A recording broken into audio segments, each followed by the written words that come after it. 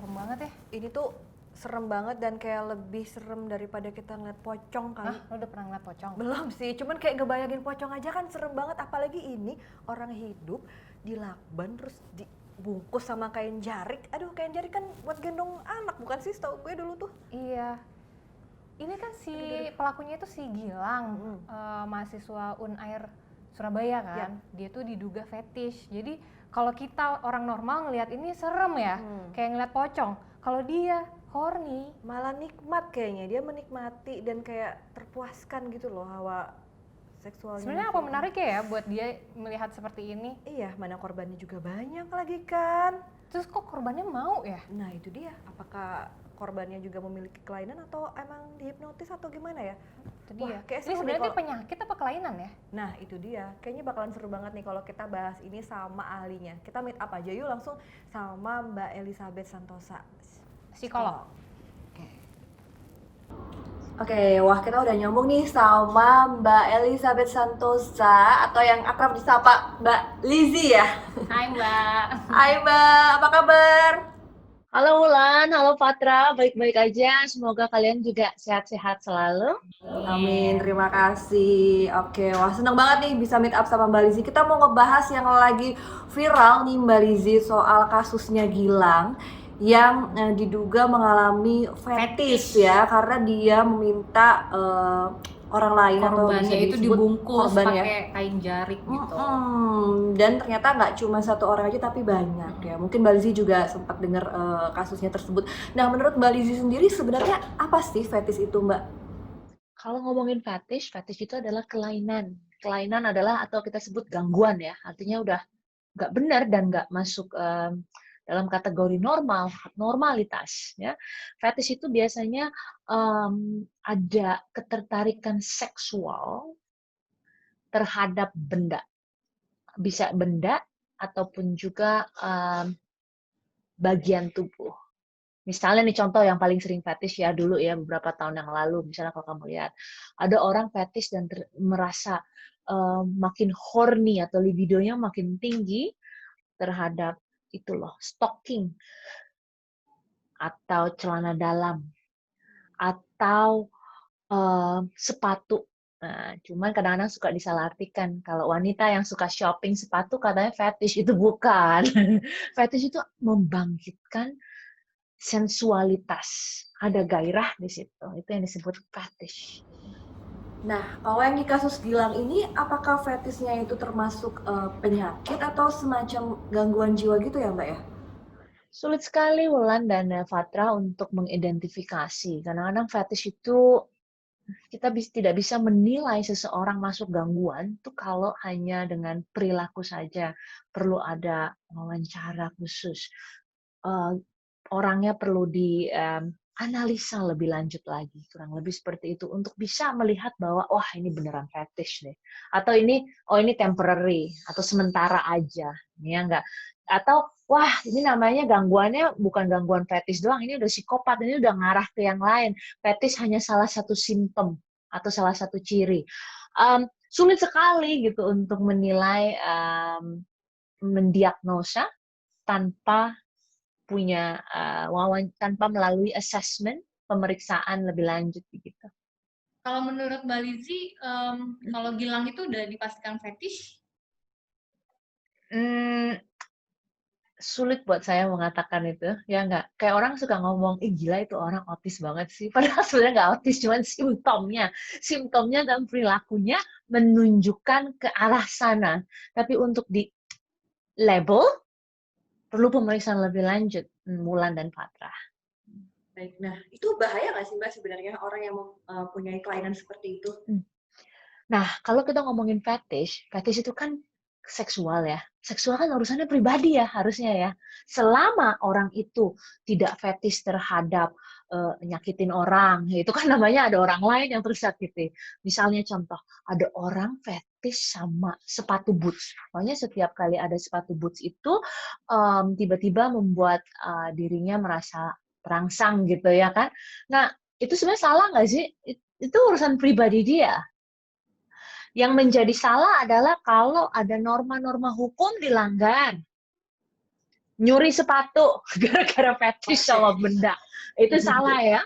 Ya, atau fetish gara-gara dan membuat pasangan tidak nyaman. Tahu, saya pernah punya klien fetishnya tuh daerah ketiak. Nggak lazim banget ya gitu. Tapi kalau selama pasangannya nyaman, oke. Tapi kalau sama ada anggota tubuh yang pasangannya ngerasa, ih saya nggak nyaman diperlakukan seperti itu, kan berarti sudah masuk kekerasan, pelecehan, dan sebagainya. Kalau ngurusan sama diri sendiri aja dan ngeganggu, it's okay. Tapi kalau sudah namanya menyakiti, membuat orang lain tidak nyaman, nah itu namanya ada norma-norma dalam sosial yang dilanggar. Begitu, Pak Rah dan Wulan. Bisa disembuhin atau dikembalikan seperti normal apa enggak ya? Nah, fetish itu jadi kan gangguan ya. Gangguan itu bisa dua macam. Ada yang dikarenakan muncul sendiri. Ada yang dikarenakan trauma. Ada yang dikarenakan mungkin bagian saraf otaknya ada yang bermasalah gitu ya. Jadi itu perlu ditelusuri lagi sejak kapan dia fetish terhadap sesuatu benda misalnya. Yang menjadi masalah adalah bukan bisa disembuhkan atau tidak. Orangnya mau berubah apa enggak, itu satu. Kalau nggak mau ya susah-susah. Kedua, kalaupun kita mau coba ubah, kalau waktunya itu dia sudah melakukan pembelajaran dan niru seperti itu udah sejak lama, makin susah diubah, bener kan? Kalau dia baru belajar fetish, misalnya seseorang baru belajar fetish baru sebulan, fetish apa gitu objeknya. Menurut Anda gimana? Masih ada kesempatan, tapi kalau udah bertahun-tahun, aduh, itu lama, itu PR, kerja keras, gitu. Nah, berarti untuk penyembuhannya sendiri bagi orang yang memiliki gejala fetish seperti ini, apakah harus dengan terapi atau ada obat-obat tertentu yang harus dikonsumsi, Mbak Lizzy? Tergantung dari hasil pemeriksaannya. Apakah there's something wrong with their saraf? Ya enggak? Ternyata nggak ada masalah, ini cuma masalah perilaku. Perilaku mencontoh, perilaku yang lain. Nah, itu perlu kita lihat akarnya. Jadi kalau ngomong tentang kelainan psikologis, itu tuh bukan seperti penyakit gitu. Kita sakit, langsung disembuhkan, begitu ya. Tapi kalau psikologis itu mesti dicari dulu akarnya dari mana. Kompleks sekali, karena tidak bisa terlihat, begitu, tidak bisa didiagnosa. Kalau penyakit bisa didiagnosa dengan X-ray, ya kan? Dicek golongan darah, diambil darahnya, diambil temperaturnya. Tapi kalau ngomongin soal kelainan psikologis, aduh, itu prosesnya rumit sekali, ya. Untuk terapi, benar. Oke. Nah, berarti kan kalau di dalam kasus Gilang ini sebenarnya dia itu tidak hanya meminta untuk dibungkus kain jarik saja, tapi dalam mengajak atau meminta korbannya itu dia juga menggunakan Maksa, kata-kata yang kasar, mengancam. memaksa, mengancam akan bunuh diri dan segala macam. Berarti mungkin ada gangguan lain selain fetish ini atau bagaimana ya, Mbak Lydia? Benar. Fetish adalah perilakunya, ya, yang tidak normal itu atau abnormal.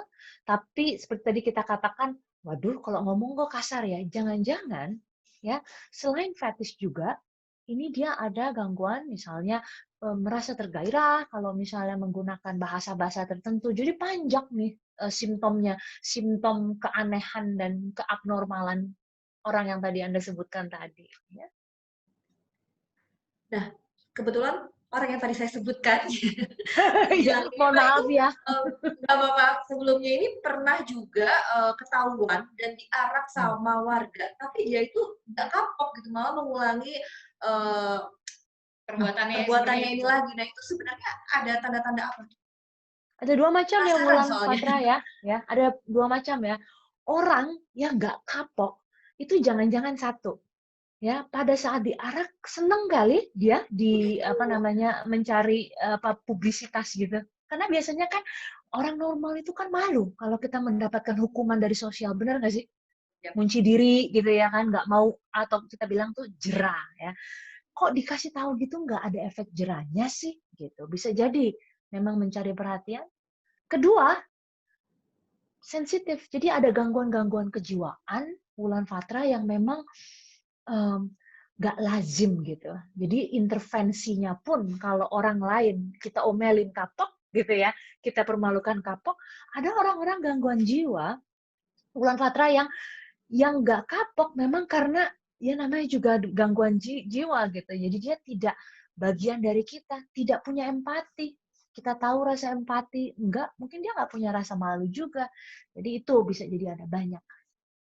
Kalau menurut Mbak Lizzie sendiri, itu kok korbannya mau atau Iya. nurut gitu sama si Gilang itu? Kalau dari segi psikolog itu gimana tuh? Jadi ada macam-macam. Seseorang itu mau melakukan sesuatu dikarenakan takut, ya kan ya?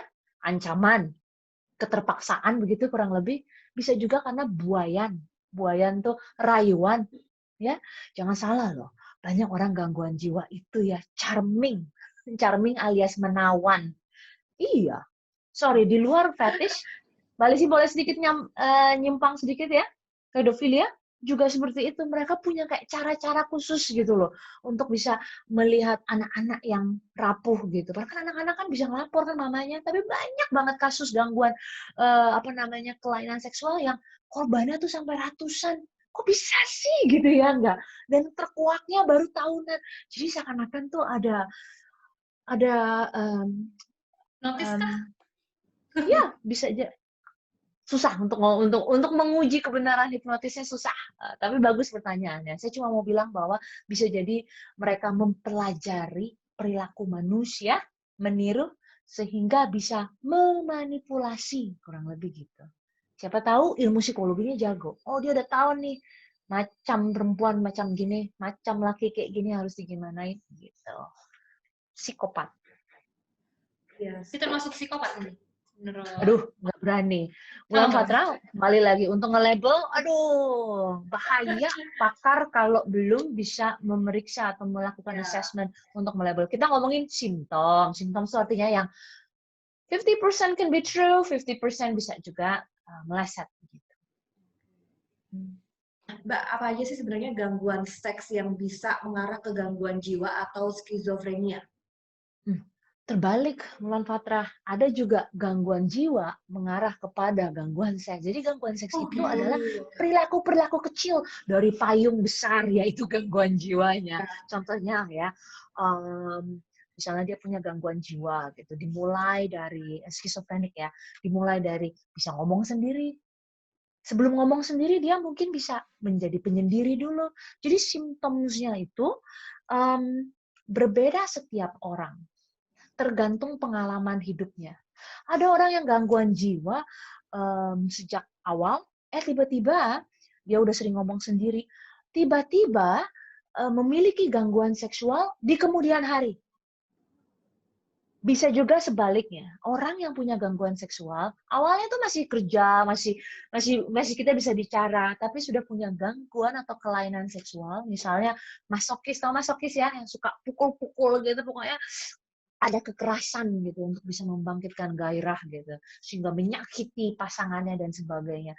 Dimulai dari kebiasaan-kebiasaan, lalu berapa tahun kemudian seiring berjalannya waktu kekerasannya makin tinggi, bukan cuma mukulin lagi, tapi mungkin bisa sampai menghabisi nyawa. Lah, kok jadi jauh? Jadi semua itu tuh sifatnya itu dinamis gitu. Jadi artinya memang ada yang permanen, tapi bisa jadi mutasi juga. Sama kayak orang misalnya contoh kecanduan. Orang kecanduan narkoba katanya berhenti. Tapi kenapa ya orang yang sudah berhenti narkoba malah senang merokok, nggak bisa lepas dari rokoknya? Itu kayak memutasi ke arah behavior atau perilaku yang lain. Gitu. So, I guess it also happen terhadap gangguan seksual. Jadi sekarang teka-teki kita adalah di awal itu yang mana dulu ya? Apakah memang dia sudah punya kelainan seksual dari umur berapa? Atau memang ada kekerasan kekerasan dulu apa seksual dulu? Dia korban apa belajar dari mana ya? Atau jangan-jangan memang genetik? Atau kita bilang bahwa bawaan gitu loh dari kelainan gen dan sebagainya gitu. Mbak Lizzie, itu ada tingkatannya nggak sih gangguan seks seperti itu? Ya, kalau kita mau ngomongin soal parah apa enggaknya, ada yang namanya neurotik dan psikotik. Neurotik adalah gangguan-gangguan jiwa di mana levelnya itu tidak separah psikotik. Psikotik itu sudah putus dari realita.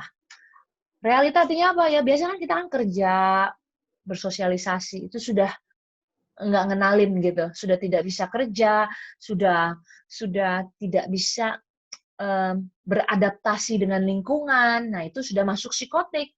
Neurotik itu yang banyak di sekitar kita, Wulan Fatra. Kelihatannya oke, ternyata sakit dalamnya. Ini bahaya ya, ngeri. Bahaya.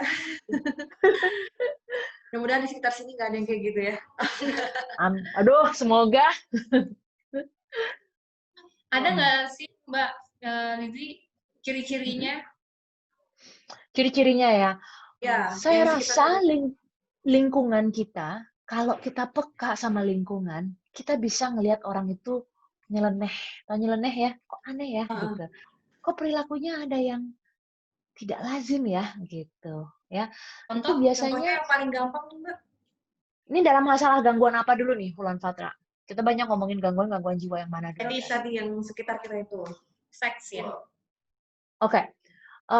Misalnya dia suka hal-hal yang mungkin jarang lazim. Contohnya kalau kita punya kekasih gitu kan biasa pelukan. Ya itu normal lah. Nggak perlu dikasih tahu di acara TV. Tapi kita tahu lah pelukan, bercumbu dan sebagainya sampai melakukan hubungan seksual. Itu kita tahu dong. Kita tahu juga apa namanya variasi-variasi di luar sana. Kita misal dalam hubungan misalnya bercinta dan sebagainya. Nah, ada dong, pasti kalian tahu ada yang nggak lazim kalau ngerasa kita, kok dia sukanya begitu sih, gitu. Kok aneh ya, gitu. Setelah kita lihat-lihat, aduh, bukan cuman nggak lazim doang, nggak lazim sih nggak apa-apa. Kan namanya kita butuh variasi ya. Kok dia maksa ya? Kok ada obsesif ya? Jadi kalau seandainya tidak dilakukan, marah, tantrum, nggak terima. Nah itu yang bahaya. Sekadar variasi dalam seksualitas itu wajar ya, selama kedua belah pihak menyukai, begitu. Berarti harus privacy gitu ya, Dok ya? Lebih ke privacy ya, Dok ya? Nggak Ini bisa dilihat susah, secara... karena setiap orang, karena kan Wulan Fatra pasti punya preference yang berbeda-beda. Apa yang Wulan bilang normal, Fatra bisa bilang enggak tuh biasa aja, atau enggak tuh unik ya. Jadi tergantung, tapi seharusnya kalau kita tahu apa yang terjadi di masyarakat, kita cukup bisa menilai apa yang aneh, apa yang enggak. Misalnya contoh, kok pakai kain jarik? Jarang banget itu satu di antara berapa ya? Mungkin 2.000 orang kali ya. Ya. Jadi di situ kita bisa lihat statistiknya. Nah, gitu, kelangkaannya. Gitu. Nah, kembali lagi ke fetish Mbak Lizzy. Sebenarnya fetish itu menular gak sih? Misalkan Gilang berteman dengan siapa, lalu temannya itu justru berperilaku jadi seperti Gilang gitu. Bagus banget pertanyaannya ya. Penasaran. Kalau lingkungannya menyukai, jadi tren, Bisa jadi ya berarti ya? bisa jadi tren. Iya kan ya? Tapi ada juga orang yang tetap tidak nyaman. Gitu. Lucu ya, perilaku-perilaku ini tuh apa yang disebut normal sekarang, belum tentu 20 tahun dianggap nggak normal gitu. Berarti yang meniru atau yang mengikuti itu juga termasuk fetish juga? Kalau dia menikmati ada kenikmatan, ya berlanjut. Akhirnya si A suka, si B suka, si C suka, empat-empatnya suka gitu loh. Jadi it's like memberikan kepuasan, ya it means that they enjoy it. But di antara misalnya kita punya 4 pasangan, empat-empatnya tidak menyukai, ya berarti itu kita doang sendiri yang berbeda. Pasangan kita nggak suka. Gitu. Nah, ketika kita nih jadi korban fetish, aduh jangan sampai ya, korban fetish orang lain, apa sih yang sebenarnya kita harus lakukan tuh, gimana kita untuk menghindari hal-hal seperti itu? Karena ini kan korbannya banyak dan malah kayak ngajakin teman-temannya yang lain juga gitu loh Mbak. It's become like a trend. Makanya kan aneh banget ya. So, buat saya, Wulan Fatra, gimana caranya kita jaga diri? Artinya satu, tilik kembali dalam berpasangan. Nyamankah kita melakukan itu? Kita ngerasa terpaksa nggak? Apapun itu, nggak cuma fetish. Kalau kita nggak nyaman, berani bersuara. Ya, kalau nggak, kita ya kita pendam juga nggak bagus gitu, atau ikut-ikutan gitu. Kalau kita nggak paham, karena ini kita ngomongin masalah seksualitas ya, itu kan harus ada kenyamanan dari pihak-pihaknya gitu. Jadi kalau sampai nggak suka, say it. Itu nomor 1, jaga diri. Baik ilmu jaga diri dari fetish, sama ilmu jaga diri dari pria-pria tidak berkemanusiaan, misalnya gitu. You know, say it. Untuk kasus Gilang ini kan sejauh yang kita pantau atau kita lihat belum ada laporan dari korban ini ke polisi atau ke pihak yang harusnya menangani gitu. Menurut Mbak Lizzy sendiri, bagaimana apa yang harus dilakukan korban-korban ini kepada si Gilang ini, Mbak? Apakah perlu melaporkannya atau bagaimana? Itulah dilemanya korban ya. Kadang-kadang kita nggak tahu kita korban. Kita tahu berapa bulan kemudian, loh ternyata orang yang itu, my God, saya korban. Nah, itu di situ dilema. Kita bergumul, oh my God, gitu melabel diri kita jadi korban itu tuh ada pergumulan berat. Kedua, berani bersuara. Proses pemeriksaannya, ribetnya dan sebagainya. Mau nggak dia? Tentunya kita sebagai manusia, idealnya kita berani bersuara ya untuk mendapatkan keadilan. Setuju? Tapi kalau udah jadi korban, susah. Nggak gampang gitu praktiknya. Ya. Mbak Lizzy, ini kan fetish itu kan salah satu gangguan seksual. Nah, kalau menurut Mbak Lizzy sendiri, yang paling berat itu tuh gangguan seksual apa ya? Yang paling berat Paling itu berat. adalah segala fetish yang tidak dinikmati oleh pasangan. Aduh, relationship seperti apa coba? Misalnya, contoh suami, saya punya klien ya, fetishnya itu dia suka itu loh, cukurin rambut, guntingin rambut pasangannya. Ya, saya nggak tahu pakai alat tajam atau sebagainya ya. Mungkin awalnya nggak sakit gitu. Tapi lama-lama dia nggak nyaman. Itu yang bisa merusak relationship, yang bisa merusak. Kalau buat saya gampang. Selama dua-duanya suka, tidak saling menyakiti, tidak ada, maksudnya everything is okay, semuanya aman, dilakukan dengan rasa aman dan nyaman dan bahagia, silakan. Nggak ada yang disebut fetish. Biarin aja. Mau fetish pakai buku kayak, pakai apa, pakai pulpen kayak, ya nggak. Objeknya apa aja, it's okay. Yang nggak nyaman adalah di pasangannya itu bermasalah, ada manipulasi di situ, ada pembohongan di situ, ada macam-macam di situ yang bikin relationship is not right, and you need to go dari relationship kayak begitu. Wow, pembahasan yang seru banget dan dapat banyak ilmu dari Mbak Lizzy nih tentang Mengevaluasi ya. Betul banget, informasi yang bagus sekali. Oke Mbak Lizzy, terima kasih banget nih udah meet up sama kita jauh-jauh dari Di mana? Melbourne. Yes.